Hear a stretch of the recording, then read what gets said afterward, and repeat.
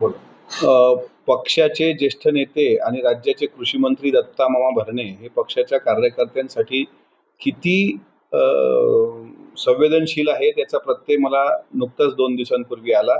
अकोला जिल्ह्यातील सोयाबीन उत्पादकांवर दुबार पेरणीचं संकट झालेलं असताना ज्या कंपन्या ब्लॅकलिस्ट करायला पाहिजे, ज्या बूस्टर असेल, रवी असेल, अवंतिका असेल, अशा अनेक कंपन्या ज्या ब्लॅकलिस्टेड किंवा न्यायप्रविष्ट होत्या त्यांना परवाना देऊन खुलेआम ती विक्री झाली आणि मग त्याचा फटका शेतकऱ्यांना बसला. या संदर्भात आम्ही अत्यंत संविधानिक पद्धतीनं आंदोलन केलं.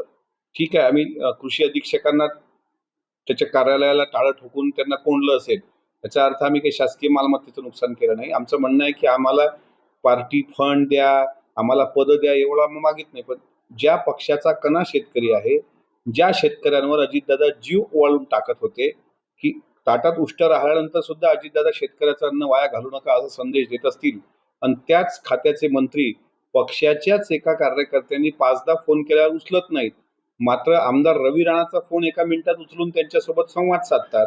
याला म्हणतात घर की मुलगी दाल बराबर. त्याच्यामुळं दत्ता मामांच्या अशा वागण्याचा आमच्यासारख्याला त्रास होतोय. आमच्यासारख्याला म्हणजे पक्षातील सामान्य कार्यकर्त्यांना, की एकदा फोन उचलून विचारा तर, की काय करायचं आहे, ते कंपनीवर एफ-आय-आर करायची आहे, की ते अधिकारी मुजोर आहेत, एवढं तर विचारा. बाकी काही आम्ही तुम्हाला मागत नाही. त्यामुळे आमच्याशी केलेला दुजाभाव हा वेदनादायी होता आणि म्हणून ती नाराजी मी लोकशाहीच्या पद्धतीनं मांडली.